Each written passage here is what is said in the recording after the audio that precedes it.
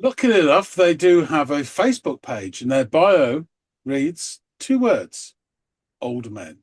I already like them.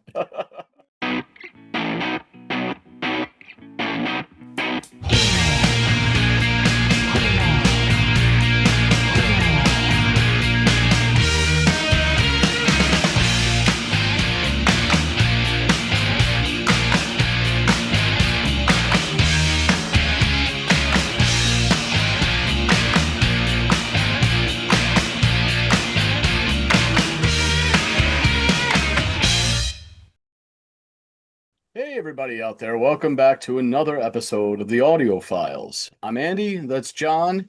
Today, we're going to dig into some music. John, you are up to bat as far as the offering role is concerned. So, what will you be offering up for me to go off and check out? So I have a band for you called Giants, and a track called "While the Ages Steal." Okay. Um, I think I mentioned this to you off camera. I have heard this band's name before, but I've never listened to their stuff. And I think it's just because they're part of a subgenre of music that I try to find new artists in from time to time. And I think I've seen their name bandied about on like a subreddit or something like that, talking about like sort of post rock music. But I've never gone and checked them out. So I guess I'll figure out if that was to my detriment, or if I was better off having not listened at all. But I will go off and give it a spin and let you know what I've made of it.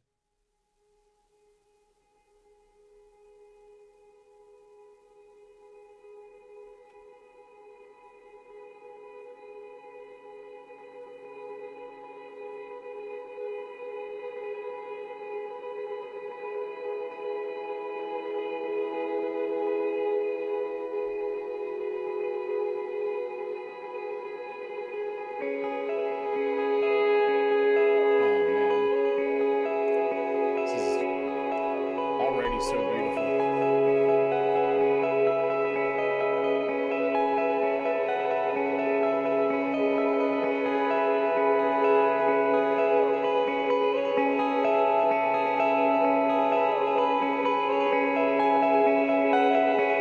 It's getting so close. The guitar, anyway. This is really interesting how I just mentioned it, but let me stop and do this proper. The That guitar started off in the distance, and then it came closer and closer, more in focus, louder, more present. And just as I was acknowledging that sort of transition, the next instrument comes in the form of the drums, and very similarly, it's now back. While the guitar has progressed forward or closer in sound, the drums started back at, you know, similar footing to the guitar in the early days. And I assume it's going to come up and catch up with it at some point, but I wonder if that's how they're going to be introducing all the players in this cast, or it's like sort of from a an auditory distance that then comes closer and closer. Sometimes you hear the sum of the parts swell and get closer, but odd, not odd in a bad way, it's just different, that they're doing it sort of, it's seemingly to this point one instrument at a time in that regard. I think that's really cool and different. Um, so yeah, let's kind of see where it goes from here. It's really beautiful.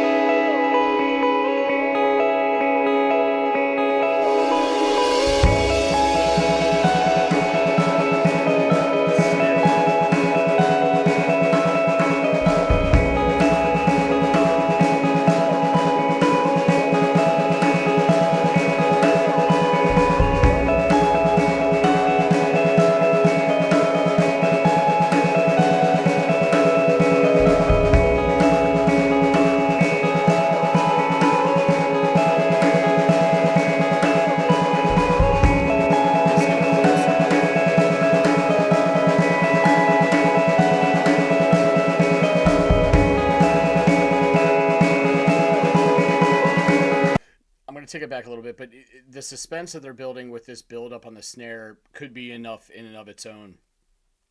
But the added certain notes that this picked motif on the guitar lands on, and sort of the pitch that they hit, and the how they resonate slightly longer in some cases, that also adds to the suspense. So it's all moving, like it makes you feel, and I am loving every bit of this. Over 2 minutes slow burn. I just realized, wow.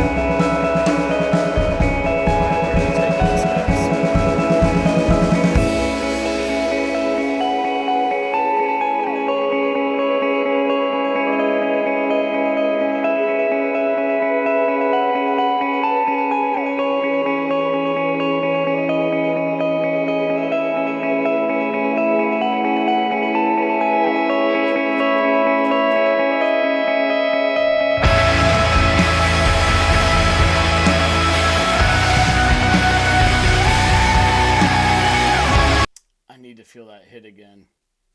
Gotta sound like an addict. But yeah, I want to hear that. I want to hear that explosion.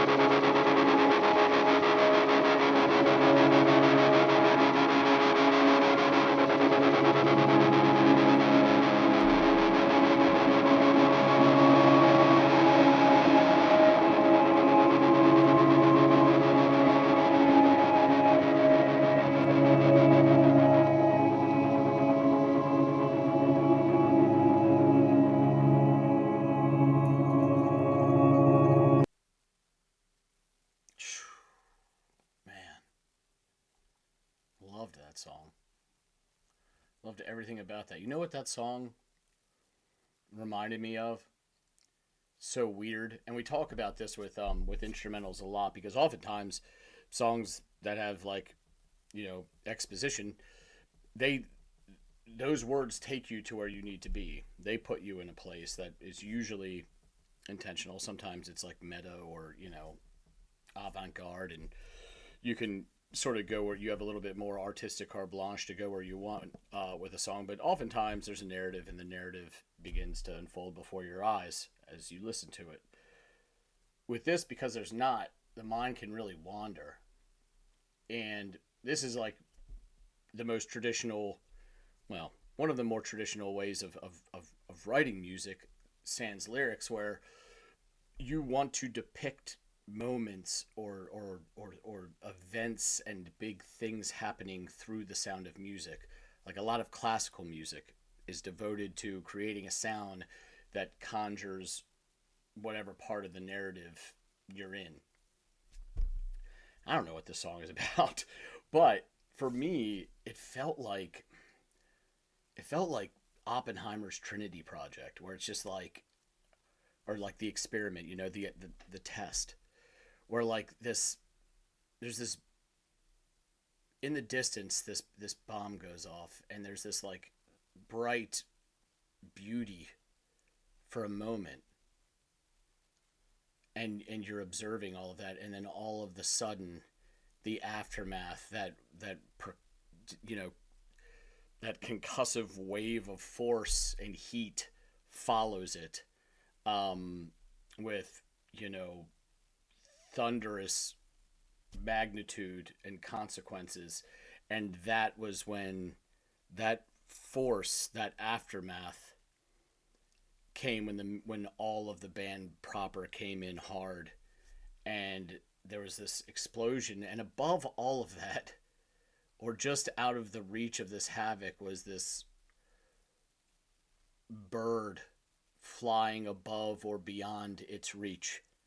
Uh, and that's the melody of that guitar over top of all of the craziness. I know this all sounds, I'm sure, quite silly, but this is where sort of what the music made me see or think of or feel. It's what it conjured in me listening to it.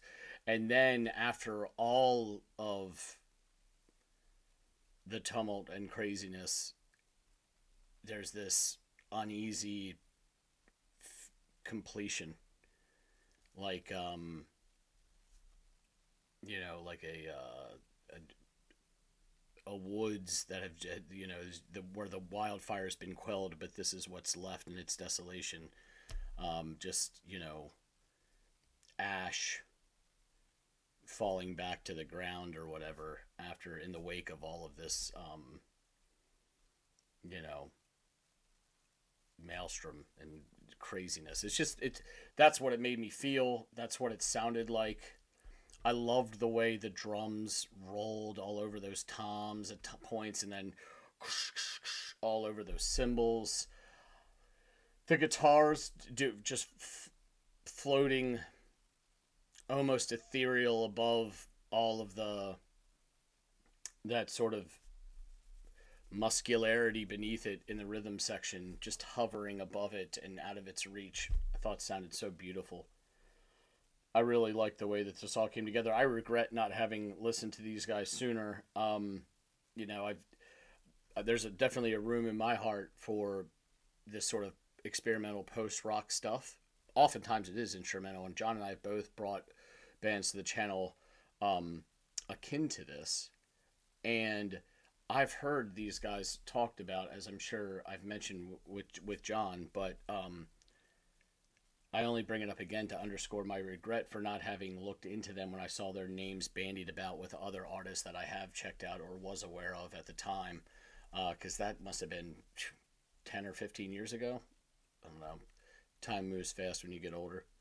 But I definitely heard of them, and I definitely regret not having checked them out sooner. Now the silver lining is I get to go and listen to this again and more from these guys to make up for lost time. But before we get that underway, we need to rush back to John and hear what he has to say about these guys, which I'm sure will only further inspire me to go off and listen to more from them. So let's head back to the man himself. Mister, the planes, he's back. So, you've had to listen to While the Ages Steal by Giants. Please do tell all. I loved it. This was fabulous, man. I really, really enjoyed this. Probably doesn't surprise you much because you know by now what sort of checks my boxes and what doesn't. So the sound slowly begins to emerge in the form of this resonant guitar work. It's bright and ethereal and growing in clarity and volume. And I love the play between the notes in this motif as I'm appreciating them, in comes the distant splashes of cymbals and raps of drum heads.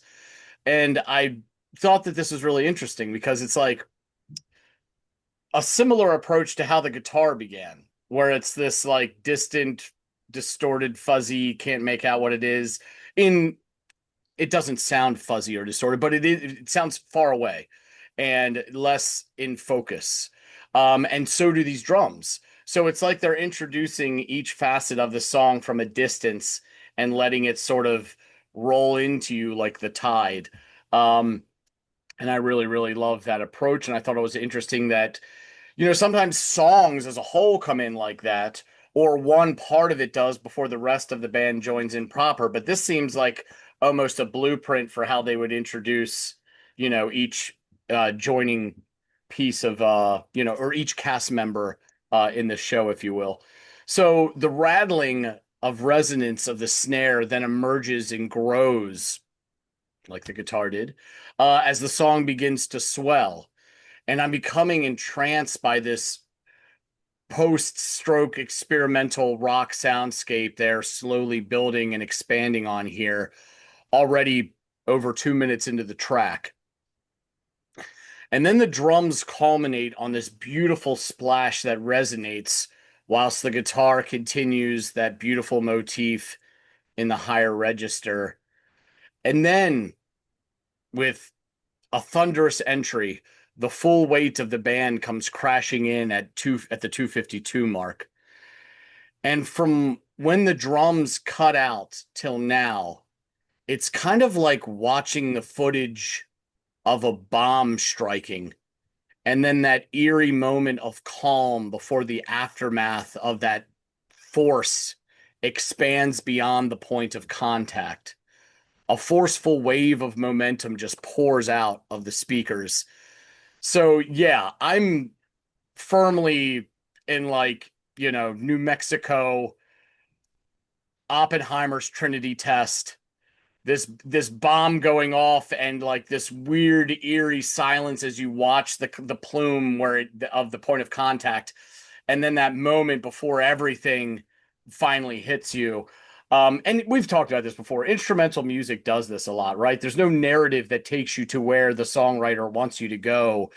It is sort of like your own musical Rorschach to just listen to this and go where your mind takes you and to interpret it how your mind sees fit. And that's where mine took me. Um, and through or above all of this cacophony soars that high guitar motif, undeterred by the battery of the unleashed rhythm section.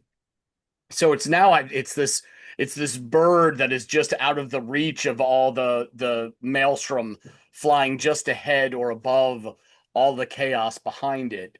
And the drum rolls and the tom work that follows are sensational, and they eventually give way to torrential crashing of the cymbals, all while the guitars are working to stay above the melee unfolding beneath them. And by the 5:45 mark, the song signals a shift as everything dies out, save for some scratchy guitar work resonating like fallout in the air. And for the final minute in the wake of this bombastic explosion, the song, like ash and debris, comes settling back down to earth. This was a terrific song, and the way it's slowly built and then without warning exploded into something much larger and unavoidable, was a treat to listen to and behold and experience. I really enjoyed how the music captured this dust settling in the aftermath of all that transpired before it. So yeah, the song felt like a perfect depiction of a cataclysmic event, or like the soundtrack to Oppenheimer's Trinity test, and towed the line deftly between untarnished beauty and unrelenting power.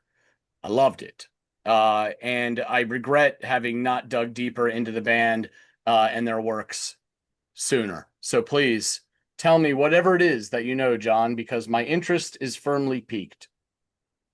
Okay, thanks for that, Andy. Glad you enjoyed it. So I came across this band while searching for another band. You may remember from last year, I gave you these chaps, Yeah. Vessels. And on a search, there was a song called Vessels by these guys. It's the second track off this album. So that's how I came by them. And they come from different places, but they're a similar sort of Yeah. build in terms of their music. Um, there's not a lot about them on the internet at all. How the Really fuck? isn't. That just made that only aggravates me. How did I find anything about them on like a subreddit thing, but they've got no information out So there? there's no wiki page. Yeah. There's no there was, I think, at some point a band website. There isn't anymore. Um, they are an American post-rock band based out of Cedar Falls, Iowa. Okay. We got that. That's the only information that is on their Bandcamp page. That's it. Wow. Luckily enough, they do have a Facebook page, and their bio reads two words: old men. I already like them. Yeah. For no Um, reason. so they've done four releases. They released a self-titled, self-released demo EP in 2006, and then two albums. They, The Undeserving in 2007, Old Stories in 2008, and then very promptly a split 7-inch with Beware of Safety in 2011. Having gone on to that said Facebook page, there were some posts in 2014 and 2015 saying working on new stuff, which has never appeared. So I guess at this point the band are in hiatus. I did actually, prior to this last week, send them an email to the band. There's a contact thing saying, "Hi, doing an episode. If you want to respond and any info at all, because there's bug all about you guys." Silence. They could all be retired or in a mental home by now. I don't know. But best of luck to them. I did say check out the episode when it drops, etc.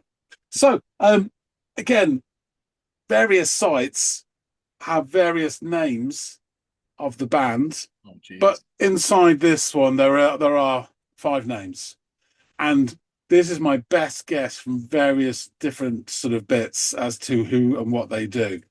So Heath Hosbodarski, guitar; Dave Livingston, bass; James Lyle, guitar; Derek Damron, guitar; and Brad Hynam, drums. Charlie Wages and Adam Baker design and illustration of this album. It's a simple, but it's very beautiful. It's lovely. Yeah. And Chris Brown and the band Giants produced the album.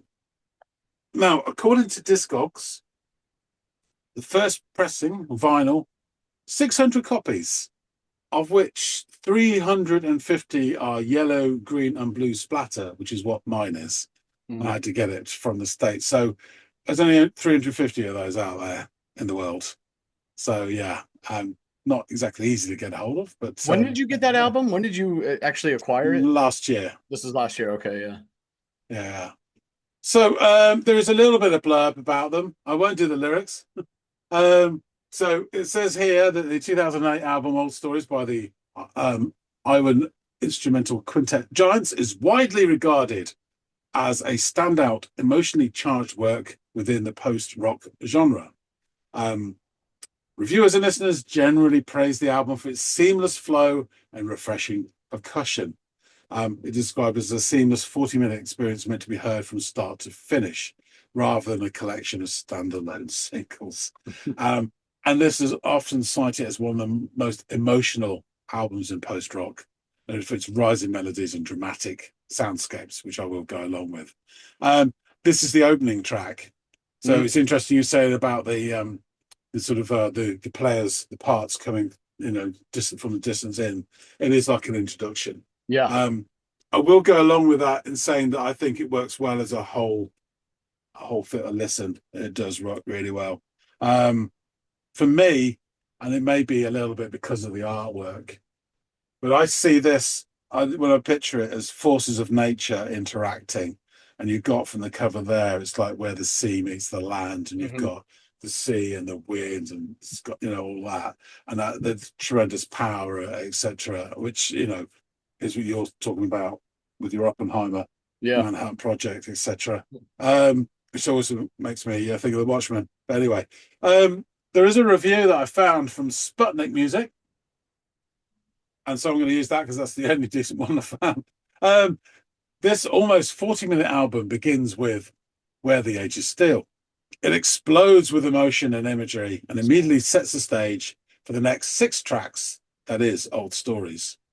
The repetitive guitar pattern, along with the snare roll of the drum track, has a way of putting you on the edge of your seat. As the tension builds, a moment of relief is given, only to be obliterated with the introduction of the entire band. Yeah. Static undertones, beautiful atmospheric guitar work, and uncharacteristic technical drum patterns create the sound that defines Giants as a formidable force in the realm of post-rock. Pinpointing the emotion felt in this album as this album progresses is difficult, but not impossible. Giants not only tell you their story, but they do it in a way that invades your chest and removes everything you thought you possessed. There is no real resolution to be had, for every song takes you through an emotional roller coaster of sorrow, sadness, and loneliness. Similar to most post-rock bands, there is a sense of, I've heard this before throughout the album. Giants' redeeming feature lies within their drummer, switching between marching band style snare rolls to patterns that seem to pay respects to a heavier influence. The drum tracks in this album are nothing short of refreshing. Old Stories is an album that is meant to be enjoyed from beginning to end. No song really stands out as better than the others, for the whole 40 minutes seem to blend seamlessly together. Although nothing groundbreaking within the world of post-rock, Giants have created something that will continue to stand out amongst other attempts released within the genre. So yeah, I'll go along with that. Really is no song particularly stands out. They're all of a really decent level. And I just picked this one as the first one. It's easy to pick, but I could really pick any one of them. The last one's really interesting as well. It's slightly more atmospheric and less dramatic, but yeah, and the song Vessels, which is the first one I heard from looking for the band Vessels, is another real great one, which has these peaks and troughs. And I've said this before with post-rock instrumental bands, usually the difference is the drummer. You get a really good drummer and you notice it so much. They're integral to the whole enterprise for sure. It actually reminds me of some of his drumming reminded me of Brian St. Pierre from Hum, their drummer. And to hear his balance of what he was doing on the toms and what he was doing on the cymbals is reminiscent to some of my experience listening to the Hum's work in the past. So not exactly post rock, but definitely similar. They're cut from a similar cloth, these two drummers. Very fun to listen to. And he's for all the interesting guitar stuff, the drums were definitely what stood out to me as well. So I'll go along with that, as you said. Yeah, so just to go on with this sort of nautical theme, as it were, the song titles are While the Age is Steel, Vessels, O Tide, Whispered Ears, Sleeping False Idol, Fisherman's Prayer, and At Last Ashore. So there's quite a few there that sort of reference the sea and, I know, Old Stories, EB Monsters, perhaps. But yeah, really interesting. I thought you'd like this. I really like this as well. It's kind of like a no-brainer for me. Yep. In terms of if you like this sort of stuff, it's there. It'll definitely do it. And it does the trick. And the lovely thing about it is that it throws up all sorts of responses and images that are totally in your own head. Yeah. So everybody else hears a different or sees a different picture when they hear this. Um, yeah, which is great, I think, and it fires your imagination just a little bit more. Yeah, exactly. Um, And that's always, believe me, I love poetry, love reading. So when I get that in music or coupled with music and with sort of exposition from the singer songwriter, that's fine. That's great. It's cool. Tell your story. I'm interested.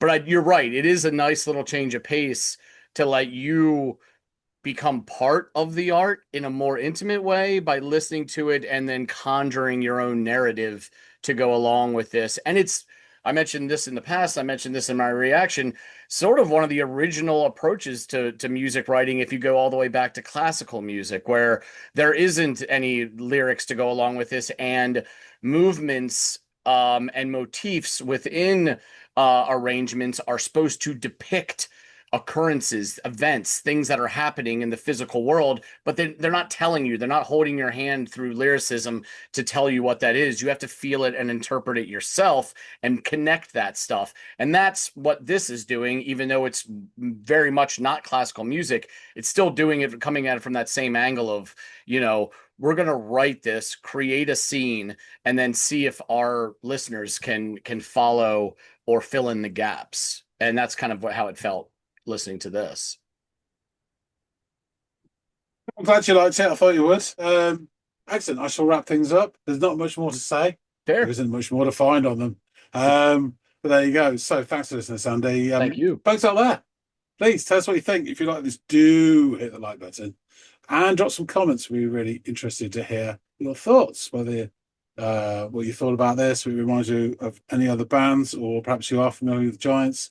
Yeah, how about it? If you haven't subscribed already, please do. We really appreciate everybody who does support the channel. So jump on in. Women and children first, obviously. That being said, thanks so much for watching, and we'll see all of you on the next episode of the Audiophiles. We'll see you later, guys.